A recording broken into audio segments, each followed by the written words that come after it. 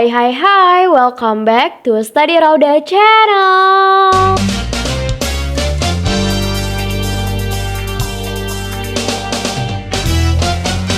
Ada yang bisa tebak nggak kali ini kita bakal ngebahas tentang apa? Komen di bawah ya. Jadi teman-teman, di video pembelajaran kali ini kita akan membahas tentang teori sosiologi sastra.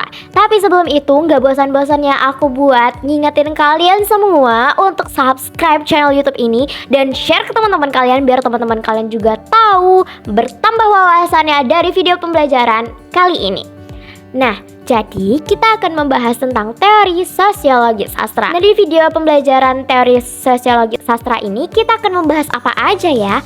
Jadi kita akan membahas tentang pengertian sosiologi sastra. Terus ada sosiologi sebagai pendekatan sastra. Lalu ada fakta sosial, perilaku sosial, dan juga peristiwa sosial. Dan yang terakhir yang ditunggu-tunggu yaitu analisis sosiologi sastra dalam novel Berkisar Merah. Tapi sebelum itu kita harus tahu dulu apa itu sosiologi sastra. Karena untuk mendapatkan analisis penerapan sosiologi sastra, tentu kita harus tahu dulu nih pengertian dari sosiologi sastra itu apa.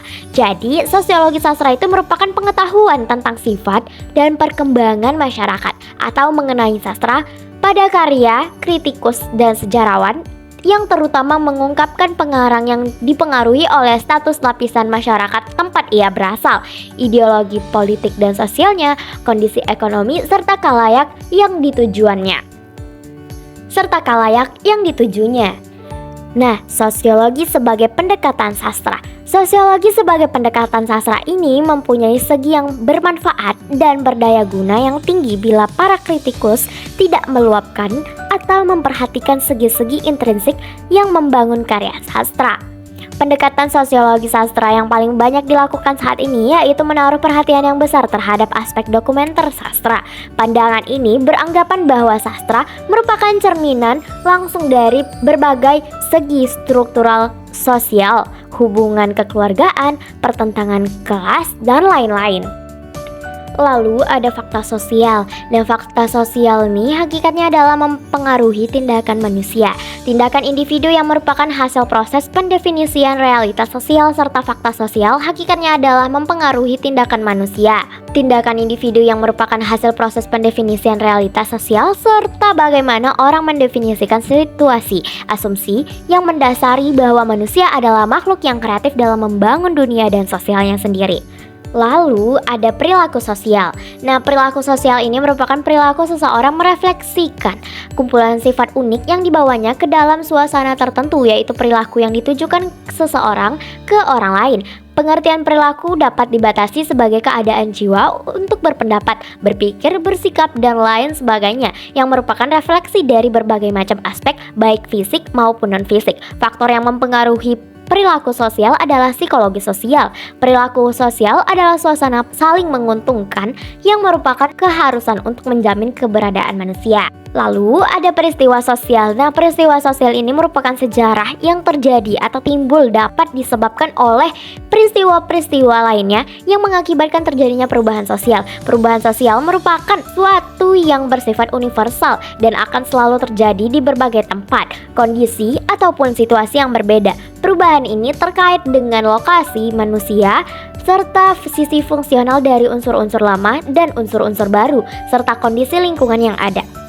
Nah, yang ditunggu-tunggu nih, analisis sosiologi sastra dalam novel Berkisar Merah.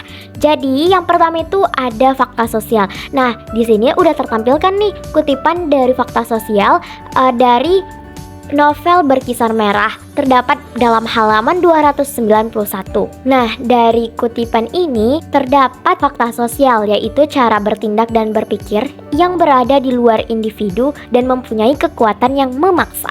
Lalu ada gejala sosial. Di sini juga sudah tertampilkan kutipan dari novel Berkisar Merah halaman 121 yang mengandung gejala sosial. Dari kutipan ini diceritakan bahwasannya pendidikan masyarakat dalam novel Berkisar Merah ini hanya sampai menginjak sekolah dasar. Permasalahan hidup membuat masyarakat desa harus merelakan anak-anak mereka tidak bersekolah demi membantu orang tuanya mencari nafkah. Kalaupun ada warga desa yang sampai bersekolah tinggi seperti Kanjat, bagi mereka itu hanya sebuah keuntungan saja seperti orang kaya, sedangkan sedangkan mereka itu tidak mungkin karena sebabnya untuk makan aja susah, apalagi untuk bersekolah tinggi.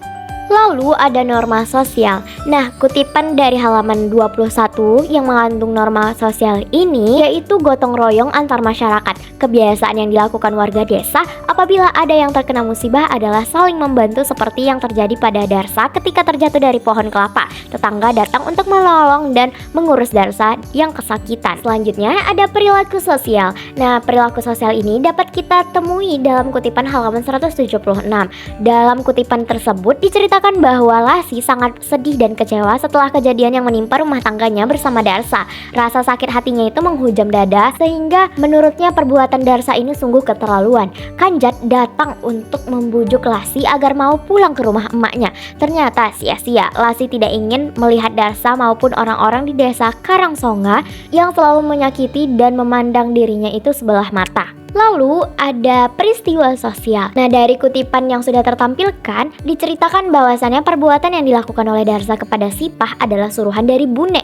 Bune ini sengaja ingin menjebak Darsa sehingga menjadikan Sipah sebagai umpannya, dan Darsalah yang harus bertanggung jawab atas semua perbuatannya tersebut. Nah, sampai sini dulu ya penjelasan kali ini. Jangan lupa like, comment, subscribe, dan share ke teman-teman kalian biar teman-teman kalian juga tahu apa itu sosiologi sastra dan juga bagaimana penerapannya.